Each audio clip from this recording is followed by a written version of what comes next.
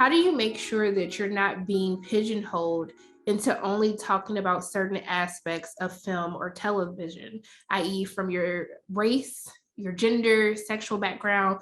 How do you make sure that you're not being pigeonholed? And then what are some of those times where you're like, okay, this is a topic that I actually have to be the person to speak on? How do you differentiate between that? For me, at least, and it's something I still work with now, you know, I definitely, it took me a long time to want to write about disability. It was just never something that I thought anybody was interested in. And when I started to write about it, I was like, I don't want to just write about this because, it often limits a lot of good opinions you'd have about content that maybe isn't talking about specific marginalized issues, but really is. I always say like Disney movies are all disabled stories if you really look at them. But, if I'm only writing about the few disabled movies that come out, then you miss all of these other opportunities where I could be talking about something different. So when I got the job I have now, that was a big thing that I disclosed up front was that, I really do want to talk about marginalized issues, but at the same time, I don't want to just talk about those things. And so for me, at least with what I look at now, I do have the privilege of being a bit more selective when, a disability pitch comes down the pipe, where somebody will be like, hey, we have this show that's coming out and it's got, a disabled person in it. Wouldn't you love to write about it? And I now am in the position where I'm like, look, is it about a disabled white guy, who's like, in a wheelchair? I've reviewed that a million times. I need at this point us to be furthering those conversations. Come at me when it's about a woman of color who's disabled, or there's a disabled showrunner, or there's a disabled, something else. Like I, at this point, am now in this unique privileged position where I can say, like, I really want to be talking about disability in a way that is promoting shows that are trying to do the work, and not just celebrating every show because it deigns to have some person sit down in a wheelchair and tell a disabled plot line. I can kind of pick and choose. At the same time, when there is a show that comes out, and I watch it and it is something where I'm like, all the other people at all the other websites are going to say how great and progressive the show is.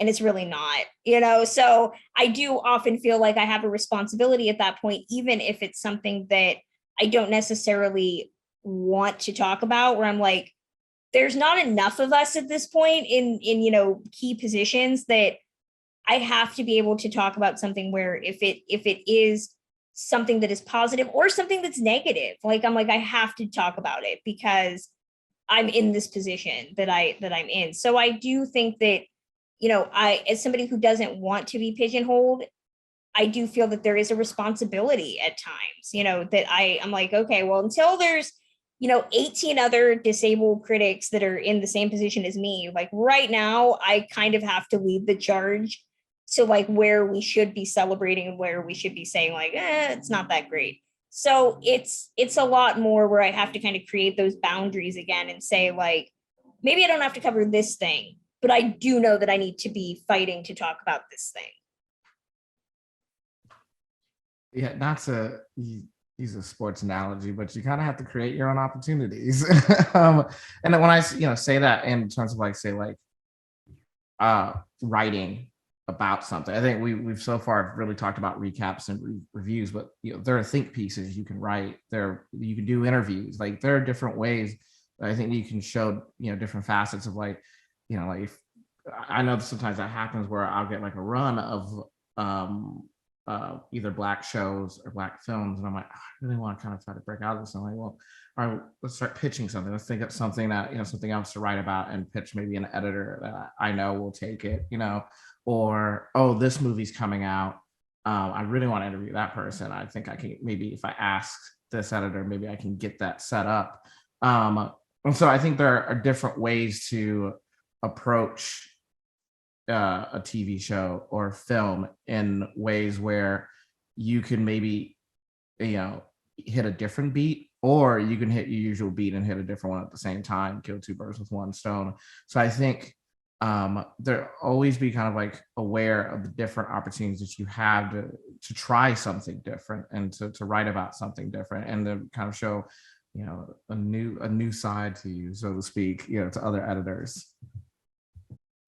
I mean, I think it's a matter of like thinking broadly again about what you care about. I mean, all of us, yes, come from underrepresented communities in some way or another. But we also all have other things that we're passionate about writing, right? Like, I would love to write about Michael Mann movies. Like, I want to write about absurdist comedies.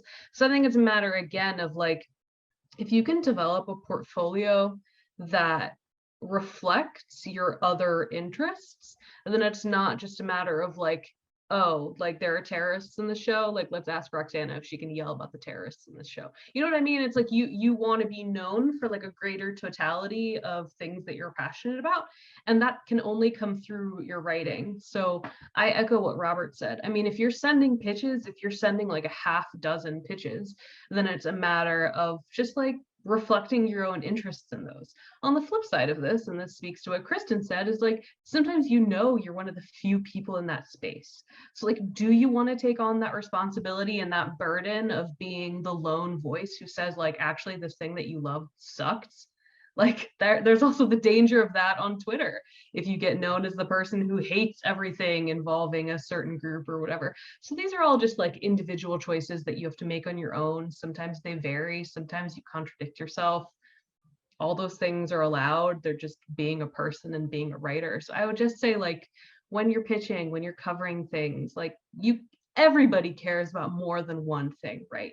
So just try to explore those other things that you care about so that somebody can know Kristen likes X and Y. Robert cares about A and C.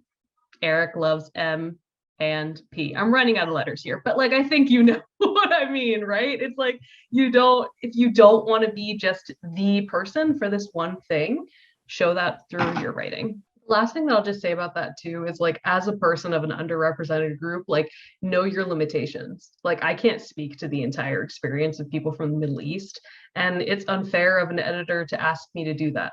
So I think it's also just a matter of like, it might suck to say no to an assignment, but it might serve you better sometimes to say no to an assignment. It might put the kibosh on some story ideas that shouldn't progress.